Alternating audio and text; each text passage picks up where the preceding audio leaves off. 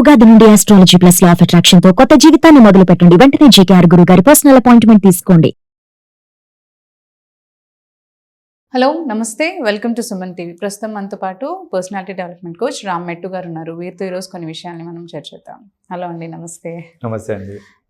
So ఇంతకుముందు మనం చాలాసార్లు మాట్లాడుకున్నాం రిలేషన్షిప్లో ఒకవేళ అది ప్యూర్గా మెయింటైన్ అవ్వాలి, చక్కగా హ్యాపీ లైఫ్ ఉండాలి అంటే వైఫ్ ఎలా ఉండకూడదు అండ్ హస్బెండ్ ఎలా ఉండకూడదు అనే విషయాల మీద మనం చర్చించాం.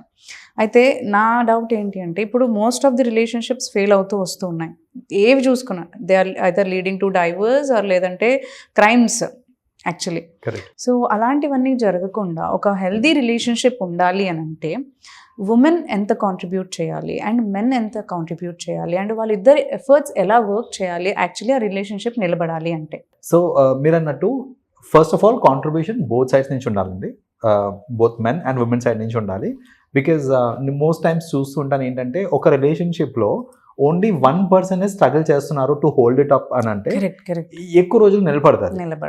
బోత్ సైడ్స్ నుంచి ఎఫర్ట్ ఉంది అంటేనే ఆ లాస్టింగ్ రిలేషన్షిప్ అనేది వస్తుంది మనకి. సో ఫస్ట్ ఆఫ్ ఆల్ ఏ రిలేషన్షిప్లో అన్నా సరే, ఎస్పెషలీ వైఫ్ అండ్ హస్బెండ్ రిలేషన్షిప్లో communication is the most important thing అండి.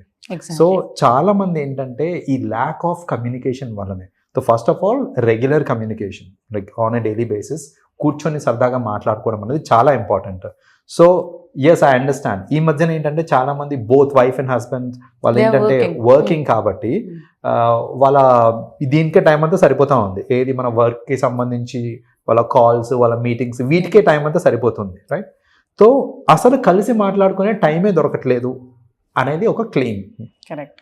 My question to those people, నాకు టైం దొరకట్లేదు అనే వాళ్ళకి నా క్వశ్చన్ ఏంటంటే, మీరు ఒక రోజులో ఎంతసేపు సోషల్ మీడియా మీద స్పెండ్ చేస్తారో మీరు మీ ఫోన్లో చూడండి. స్క్రీన్ టైం అని కనిపిస్తుంది మీకు. మీరు సోషల్ మీడియాలో స్క్రీన్ టైంలో సోషల్ మీడియా యాప్స్ మీద ఎంత టైం స్పెండ్ చేస్తున్నారని చూస్తే యూ విల్ బి షాక్డ్. ఖచ్చితంగా 2 hours 3 hours ఇన్ డే దానిలో ఉంటుంది.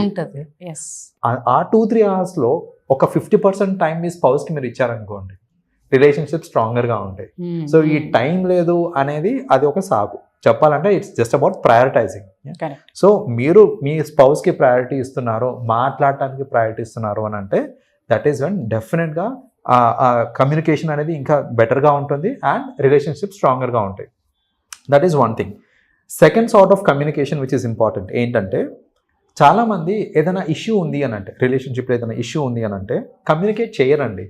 కమ్యూనికేట్ చేయకుండా అలగటము, మాట్లాడకుండా ఉండటము, లేకపోతే ఇంకో విధంగా కోపం చూపించడము, లేకపోతే మనసులో పెట్టేసుకొని బాధపడతా ఉండడము, ఇలా ఆ స్పేస్ ఆపోజిట్ పర్సన్ ఇవ్వలేదు అనుకుంటాను. లైక్ చెప్పే స్పేస్ అనేది కానీ క్రియేట్ చేసుకోవాలండి. వాళ్ళు ఇచ్చినా ఇవ్వకపోయినా మనం క్రియేట్ చేసుకోవాలి. ఇప్పుడు సపోజ్ ఒక రిలేషన్షిప్లో నాకు మా వైఫ్తోనే ఇష్యూ ఉంది అని అంటే, I will ask her to SIT. నాకు మాట్లాడాలి నీతోటి, నాకు ఒక ప్రాబ్లం ఉంది నీతో అని I will discuss it. So ఆ డిస్కషన్ చేయకుండా ఇప్పుడు ఎంతసేపు నేను మనసులో పెట్టుకొని నేనే బాధపడతా ఉన్నాను అనుకోండి, ఆబ్వియస్లీ నాకు ఆ రిలేషన్షిప్ మీద ఇంట్రెస్ట్ పోతుంది, అది బ్రేక్ అయిపోతుంది రిలేషన్షిప్ అట్లాంటివి. సో అది ఇంకొక టైప్ ఆఫ్ కమ్యూనికేషన్. ఏంటంటే సరదాగా మాట్లాడుకోవడం ఒకటైతే, అసలు ప్రాబ్లం ఉన్నప్పుడు మాట్లాడాల్సింది మాట్లాడుకోవాలి, మాట్లాడి సార్ట్ అవుట్ చేసుకోవాలి. ఈ మాట్లాడే క్రమంలో మాట్లాడండి, అరుచుకోకండి. చాలాసార్లు ఏమవుతుంది అని అంటే, మాటలతో స్టార్ట్ అవుతాయి, అరుపులతో స్టార్ట్ అవుతుంది.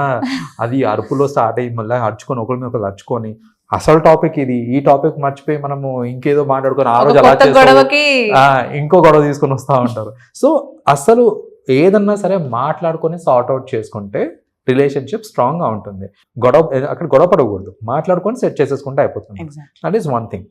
థర్డ్ థింగ్ ఏంటంటే, both wife and husband should mutually support each other అనమాట. సో ఆ సపోర్ట్ సిస్టమ్ అనేది కూడా చాలా ఇంపార్టెంట్. జనరల్గా సపోర్ట్ లేకుండా ఎక్కడ అవుతూ ఉంటుందని నేను చూస్తుంటానండి. ఇది సపోజ్ జనరల్గా మిస్అండర్స్టాండింగ్స్ అవి అవుతూ ఉంటాయి. ఏంటి, వైఫ్ అండ్ హస్బెండ్ మధ్యలోనే కాదు, ఫ్యామిలీ మెంబర్స్తో కూడా.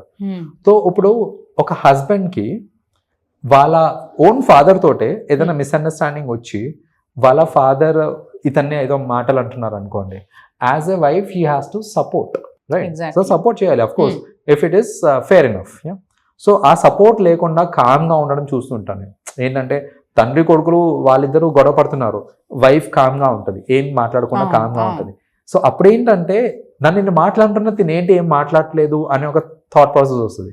లేదా ఒక్కొక్కసారి ఏంటంటే వైఫ్కి she may have problem with in laws or with someone else in the family. So వైఫ్కి ప్రాబ్లం వచ్చినప్పుడు husband should stand as a support. So ఆ సపోర్ట్ హస్బెండ్ ఇవ్వకుండా హస్బెండ్ కూడా కామ్గా ఉన్నాడు అనుకోండి, వాళ్ళ రిలేషన్షిప్ త్వరగా బ్రేక్ అయిపోతుంది. ఎందుకనంటే అక్కడ సపోర్ట్ అనేది లేదు, mutual support. That is another aspect అండి. సపోర్ట్ అనేది చాలా ఇంపార్టెంట్. అండ్ అన్నిటికంటే ఇంపార్టెంట్ ఇంకోటి ఏంటిది అని అంటే ఈ స్పేస్, పర్సనల్ స్పేస్ ఇవ్వడం అనేది కూడా చాలా ఇంపార్టెంట్ అండి. కొన్ని రిలేషన్షిప్స్లో నేను చూస్తూ ఉంటాను, అసలు ఏంటంటే మరీ ఇలా ఊపిరి బిగబట్టేసినట్టు ఉంటుంది అనమాట వాళ్ళ రిలేషన్షిప్. అసలు కొంచెం కూడా ఫ్రీడమ్ లేకుండా ఉంటుంది, బోత్ సైడ్స్.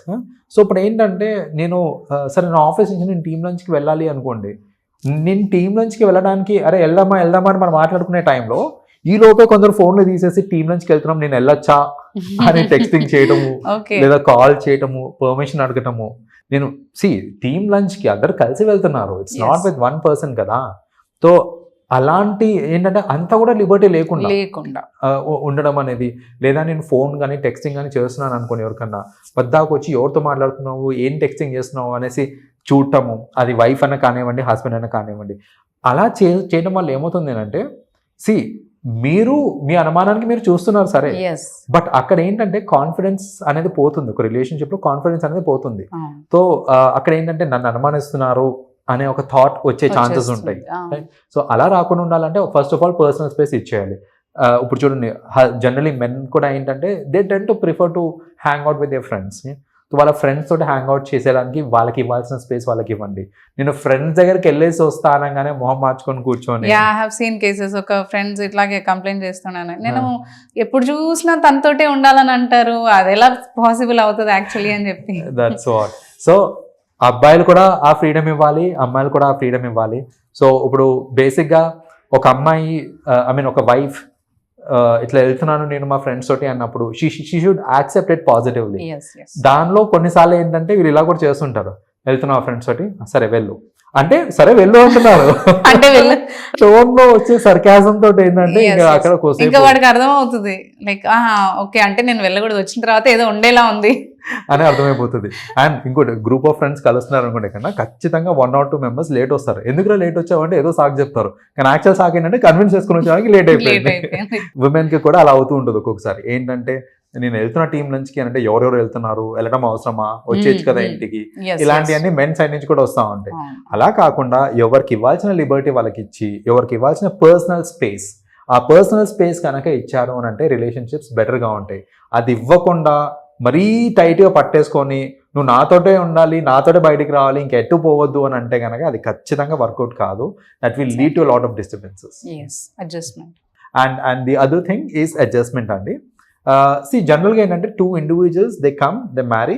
సో వాళ్ళిద్దరూ కలిసి ఒక ఫ్యామిలీలో లేదా ఒక ఇంట్లో ఉంటున్నారు అన్నప్పుడు జనరల్గా ఏంటంటే అడ్జస్ట్మెంట్ అనేది చాలా అవసరం. వాళ్ళిద్దరి మధ్యలో అడ్జస్ట్మెంట్ అనేది చాలా అవసరం.